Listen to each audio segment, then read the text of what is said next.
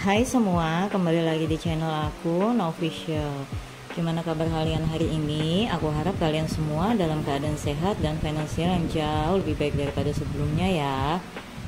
Di video kali ini seperti biasa nih, karena ini udah masuk tanggal 28, jadi aku udah gajian. Jadi aku bakal buat masukin semua uang sesuai pos-pos budget planner yang udah aku buat di video pas sebelum ini ya teman-teman. So teman-teman tonton video aku sampai habis ya.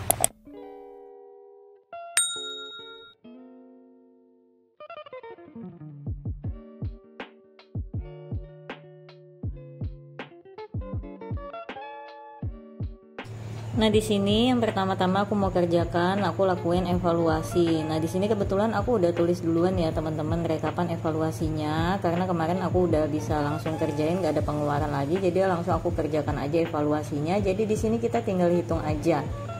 Nah, kayak grocery itu juga masih tetap sama, full 150.000. Paling ada lebih 1.000-2.000 kalau nggak salah, tapi nggak aku masukin, aku genapin aja. Lalu yang kedua untuk sayur itu 237.000.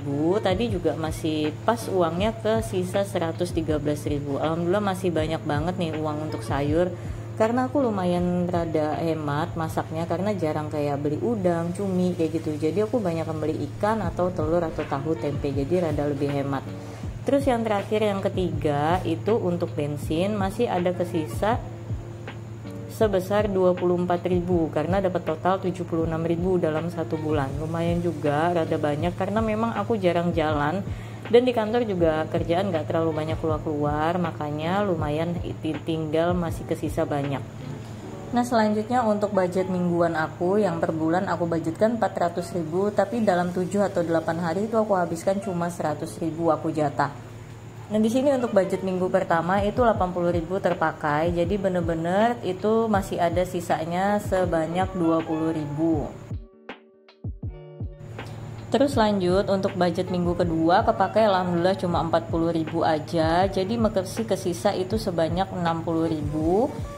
Baru lanjut yang ketiga itu budgetnya aku ada terpakai sebanyak 70.000. Jadi masih kesisa sebanyak 30.000 dan budget di akhir bulan itu tersisa 25.000 karena aku pakainya 75.000. Alhamdulillah untuk bulan ini itu tiap minggunya nggak ada yang sampai habis. Nah, terus sisa-sisa uangnya ini bakal aku masukkan ke challenge tabungan aku yang 8 juta dan uang 10 ribuan.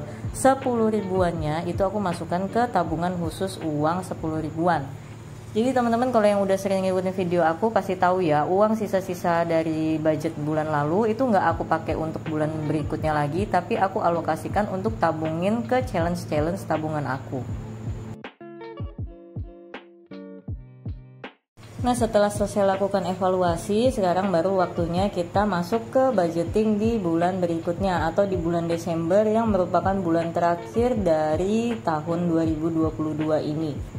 Karena tadi aku udah tahu nih sisa dari bulan kemarin itu berapa, makanya di sini aku udah bisa isi di bagian saving. Nah, untuk challenge itu aku tambahkan 250 dari uang tabungan aku atau uang gaji aku, dan sisanya itu 500.000 aku masukkan ke tabungan biasa aku, uang gajiku. Jadi total aku alokasikan untuk saving di bulan ini sebanyak 850.000. Jadi lebih dari 10%, 20% juga lebih, sekitar 20-25% kalau 850.000 itu. Jadi kalau untuk saving itu ada target minimal sebanyak 5-10% menyesuaikan dengan gaji teman-teman. Kalau memang terlalu banyak kewajiban, boleh savingnya dikecilin sedikit 5-10%. Tapi kalau menurut aku lebih ideal itu 10%. Tapi kalau memang memungkinkan untuk lebih nggak masalah. Bahkan kalau yang memungkinkan sampai 50% ditabung itu nggak masalah, dengan catatan kewajibannya itu terpenuhi dan kebutuhan kalian juga terpenuhi. Cuma yang kalian kesampingkan adalah tentang keinginan. Jadi keinginan itu bukan sesuatu yang harus kalian pikirkan setiap bulan. Nah, untuk kewajiban itu uangnya semuanya nggak ada yang cash ya, kecuali sinking fund. Jadi aku nggak budgetin satu-satu atau nggak pisahin uangnya karena semuanya bakal ditransfer. Dan untuk kos-kosan FYI itu aku ada kenaikan harga 50.000. Tapi alhamdulillah masih bisa ke cover, nggak terlalu tinggi-tinggi banget. Nah, selanjutnya ini untuk kebutuhan. Nah, yang pertama untuk grocery itu uangnya budgetnya 200.000 karena aku udah bilang kayaknya kalau grocery 150 itu terlalu mepet banget. Akhirnya banyak kebutuhan-kebutuhan yang harus dipangkas, makanya kali ini aku budgetkan 200.000 karena memang kebutuhan-kebutuhan di swalayan, di luar itu harga barang semua pada naik. Jadi nggak bisa kita pungkiri, budget kita pun harus ikutan naik juga. Kemudian untuk sayur juga masih tetap sama 350.000 karena sejauh ini sayur masih nyisa banyak, jadi nggak aku tambahkan, dan juga bensin juga masih tetap sama 100.000. Nah kalau untuk pulsa teman-teman juga udah tahu ya, kalau aku bayarnya transfer, jadi nggak aku masukkan dalam uang cash kali ini. Nah selanjutnya untuk ekstra juga masih sama 400.000 untuk 1 bulan, jadi per minggu sekitar 7 atau 8 hari itu jatahnya tetap masih sama 100.000.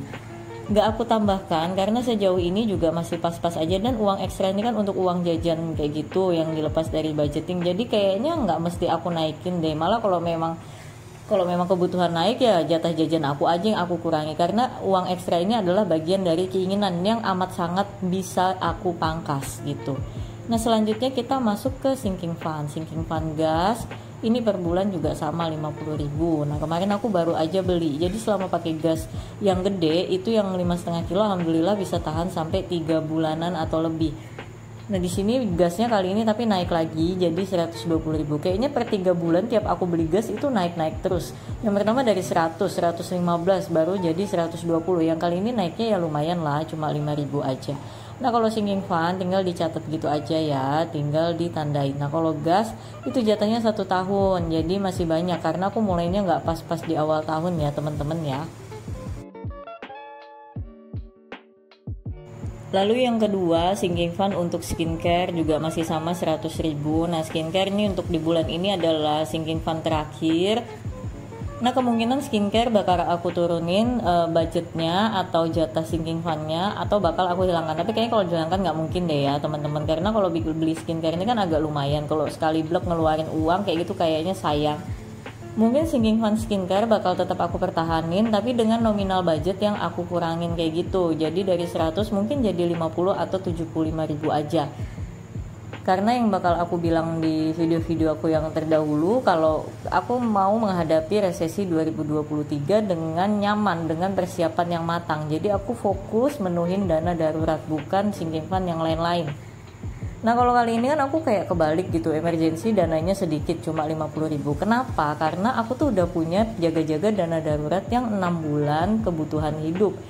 Tapi karena resesi mungkin aku bakal menaikkan jatah dana darurat aku supaya aku bisa mengumpulkan 2 kali lipatnya lagi, ditambah dengan uang tabungan yang udah aku alokasiin.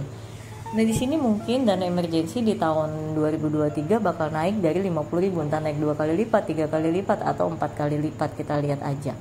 Nah selanjutnya untuk sinking fund mudik juga masih sama nih 150, dan udah di bulan yang terakhir. Nah bulan kemarin aku nggak nyetorin sinking fund mudik ya, jadi bakal aku silang aja, nggak aku isi. Nah selanjutnya nanti di tahun depan juga sinking fund mudik bakal aku hapus. Aku fokus pokoknya di dana darurat, gas atau skincare aja. Jadi sinking fund mudik betul-betul aku hapus, dan uang yang ada ini bakal aku simpan dulu di bank. Jadi nanti ketika aku mudik lebaran baru aku pakai. Karena kemungkinan aku nggak ada pulang-pulang dulu sampai sampai lebaran nanti kemungkinan. Nah jadi ini sudah selesai ya teman-teman, semua udah aku kerjain mulai dari pos-pos keuangan sampai juga dengan sinking fundnya.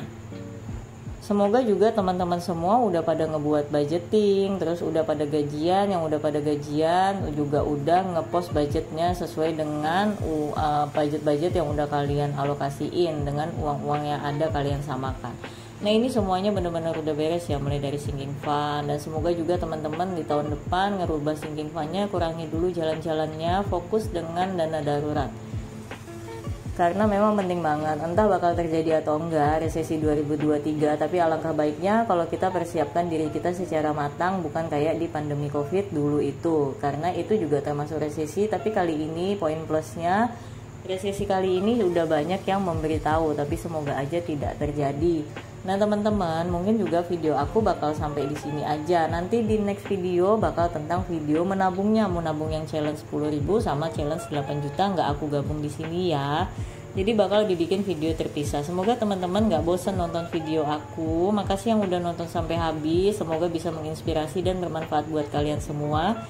Dan sampai ketemu di video lainnya. Bye bye.